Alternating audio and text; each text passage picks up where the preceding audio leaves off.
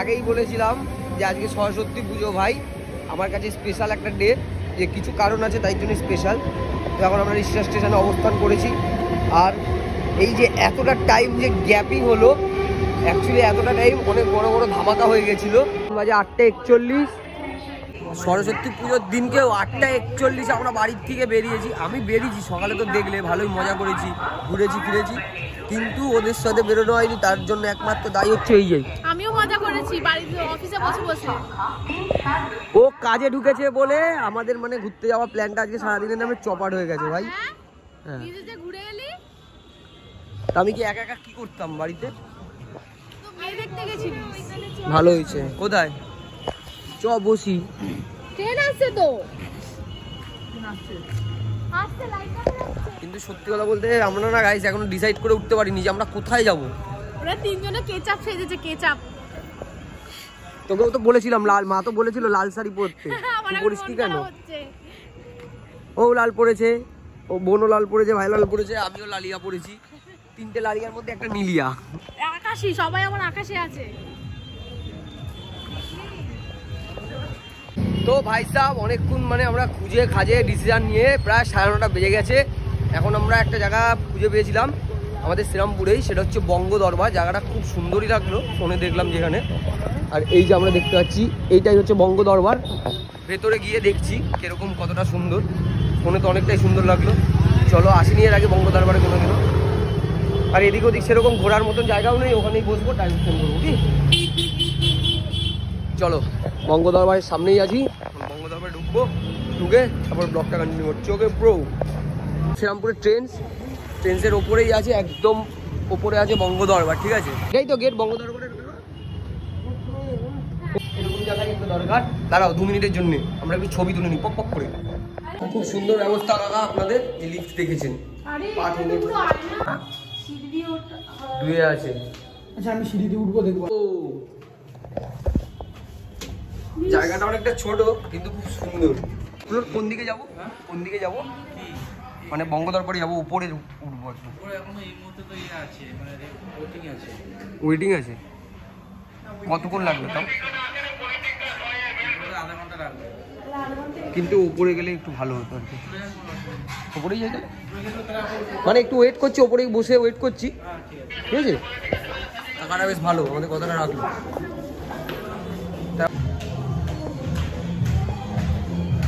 জন্মদিন বাড়ির মতন সাজিয়েছে আজকে সরস্বতী পুজো বলে। এখানটায় বসে কিন্তু তোরা ছবি তুলতে পারিস। তুলবি?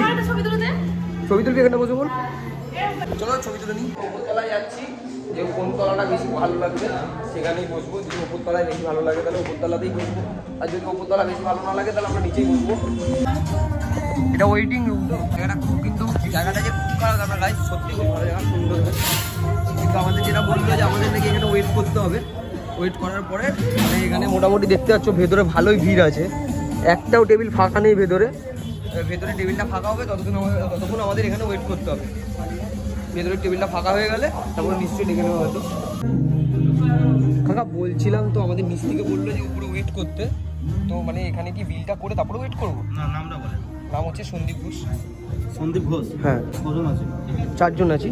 নাম তো ডেকে নেবো। ওকে, কতক্ষণ লাগবে তাও দাদা? Thank you. বলছে 20-25 মিনিট এখনো লাগবে। চলো আমরা বাইরে ওয়েট করি ততক্ষণ। 20-25 মিনিট লাগবে। জায়গাটা ভাই হেভি জায়গা আছে গাইস। আমরা কিন্তু এখানে ঢোকার পর থেকে মানে জায়গাটা এতই ভালো লেগে গেছে প্লেসটা। ঠিক আছে, পর থেকে ছবি তুলতে স্টার্ট করে দিয়েছি, আর অনবরত ছবি তুলেই যাচ্ছি। তুই ওঠ, আমিও তো তুলবো। বলছে বসতে, ও বলছে বসবো না। দোলনায় ও বলছে আমি বসলেই দোলনাটা ভেঙে যাবে। সত্যি তাই, ভেঙে যেতেই পারে। শিউলির কিন্তু গায়ে ঝগড়া করার অনেক কারণ আছে। কারণ এবারে বুঝতে পেরেছি যে কাছ থেকে আসার সময় একটা গোলাপ নিয়ে এসেছিল, টাইম মতন ওটা দিতে পারেনি, ওর জন্যই ওর মেন ঝগড়া করার কারণ। এখানে মোটামুটি সবাই ছবি তুলছে। ভালো জায়গাটা, সত্যি জায়গাটা না খুবই খুবই সুন্দর। জায়গার প্লেসটা করে দিয়েছিল ফার্স্টে রং কল। ফার্স্টে এখানে অ্যানাউন্স করছে সন্দীপ বিল্লা। সন্দীপ বিল্লাকে ভাই, তারপরে বললো যে সন্দীপ ঘোষ 4 জন আছে। কাকা ভুলভাল অ্যানাউন্স করছো কেন? কাকা সন্দীপ ঘোষ তো না, বিল্লা? হ্যাঁ, বিল্লা বিল্লা বিল্লা বিল্লা না, ঘোষ বলেছো। সন্দীপ ঘোষ তো? হ্যাঁ। তুমি 10 মিনিট ওয়েট করে পাঠাচ্ছি। ঘোষ না বিল্লা? ঘোষ ঘোষ। ওকে আপনি সন্দীপ ঘোষ তো? হ্যাঁ, হ্যাঁ। চলে যান এই লাস্টের টেবিলটা। Okay hello. হ্যাঁ, পাঠাচ্ছি। শিউলিদি কই গেল? হাত দিচ্ছিলাম। বললো লাস্টের টেবিলটায় লাস্টের টেবিলে 6 জন, আমরা তো 4 জন। তাতে কি হয়েছে? চল না। 6 জন তো কি হয়েছে, 4 জনে বসবো। এই টেবিলটা আমাদের জন্য সাজেস্ট করেছে কাকাটা, কিন্তু আলাদা করে মানে একটা এরা মানে মেনু কার্ডটা তৈরি করেছে। একদিকে সরস্বতী পুজো রেখেছে, একদিকে আবার ভ্যালেন্টাইনের রেখেছে কিছু একটা। বুদ্ধি ভালো, বুদ্ধি ভালো। আপনাকে আমি 10-এতে 8 দেবো। 8 কত দেবো? পাগল। কিছু দিতে হবে, কেউ খা। আমি না লুকিয়ে লুকিয়ে হয়তো আমাদের খাবারটা কিন্তু আমি লুকিয়ে লুকিয়ে দেখেছি, মনে হয় আসছে এখন, জানিস খুব কম। আমার একা একটা আমি পুরো খেতে পারবো, গ্যারেন্টি। আমি ভাই রেস্টুরেন্টের খাবার পুরো খেতে পারি। রেস্টুরেন্ট কেন, বাড়ির মানে একেবারে না, অনেকটা করে খেতে পারি না। আমি খেতে পারবো 10 মিনিট আগে পরে আবার খাবো, আবার 10 মিনিট আগে খাবো, আবার 10 মিনিট পরে খাবো, আবার 10 মিনিট আগে পরে। মোটামুটি প্লেটও দিয়ে গেল। এই যে আমাদের প্লেট, এই যে শিউলিরানি প্লেট। এই খাবার অন্য টেবিলে চলে যাচ্ছে, বুঝতে পারছি না, এখনো আসলো না। এটা এবারেও মনে হচ্ছে ধোকাই খেতে চলেছি আমি। আসছে আসছে আসছে। হ্যাঁ গাইস, ফাইনালি এখন আমাদের খাবারটা টেবিলে পৌঁছালো।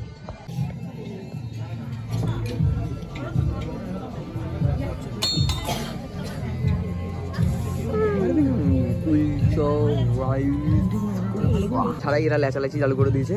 কেমন মন? ভালো টেস্ট? টেস্ট ভালো ভালো। চলো ভাই এবার খেয়ে নিই।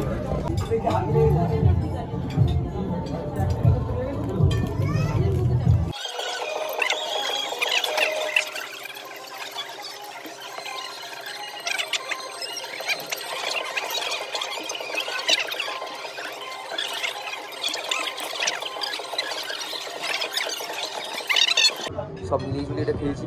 খাওয়ার পরে এখন আমাদের মনে হচ্ছে পাশের টেবিলে বিরিয়ানি এসছে গায়ে, এই বিরিয়ানিটা দেখে আমাদেরও বিরিয়ানিকে ইচ্ছা করছে। দেখাবো তোমাকে।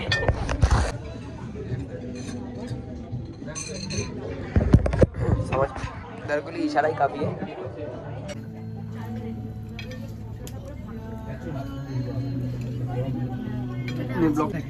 আমাদের নেক্সট আইটেমটা এবার দেখিয়ে দাও। মোটামুটি আমাদের খাওয়া কমপ্লিট, বিল চলে এসছে। ও বিলটা আমারই কাছে, সরি বিলটা এথো আছে, এথো আছে, তাই এইটা হলো করে আমাদের বিল। তো চলো বাইরে গিয়ে দেখা হচ্ছে। ওকে তো ভাই, খাওয়া দাওয়া খুব ভালো লাগলো, ব্যবহারও খুব ভালো ছিল, খালি খাবারটা একটু লেট পৌঁছাচ্ছিল। এই বেলুন লাগবে নাকি তোর? বেলুন দিদি ওদেরকে দিই। বেলুন নেবে? বেলুন নেবে না? ওরা বেলুন নেবে না আমার দিয়ে, বেলুনটা এখানেই থাক। সিঁড়িটাও সুন্দর সাজিয়েছে। ভালো কাটলো গাইস, তোমাদের আইডিয়া নেই কিরকম মাত্রায় ঝগড়া হয়েছিল। আর আমার এই হাতে এরকম যে দুটো স্টিকার দেখতে পাচ্ছ, এই যে এর পেছনে অনেক বড় বড় রহস্য আছে। আমার সকালবেলায় হাতে ঘড়ি ছিল, মানে সকালবেলার ব্লগটা যে যে দেখেছো তারা কিন্তু এই ব্লগটাও দেখবে। আর এই ব্লগটা যারা যারা দেখছো তারা হয়তো অনেকেই আছো এরকম হতেই পারে এই সকালটা দেখো, তো তাড়াতাড়ি যাও গিয়ে সকাল ব্লগটাও কমপ্লিট করে ফেলো। জয় জগন্নাথ। খুব ভালো, আমার ব্লগে আবার লাস্টের দিকে আবার ভগবানকেও পেলাম আমরা। এবার আমরা চলে এসেছি আমাদের সেই গুপ্তচর লিফটটায়। এবার আস্তে আস্তে আসতে চলেছে লিফট, তারপরে আর কি আমাদের ব্লগটা শেষ করে দিতে হবে। আবার দেখা হবে নতুন কোনো একটা সুন্দর ব্লগে, তাই না? এটাই তো হয়, এটাই তো লাইফ। চলো আজকের ব্লগটা এখানে কমপ্লিট করে দিচ্ছি।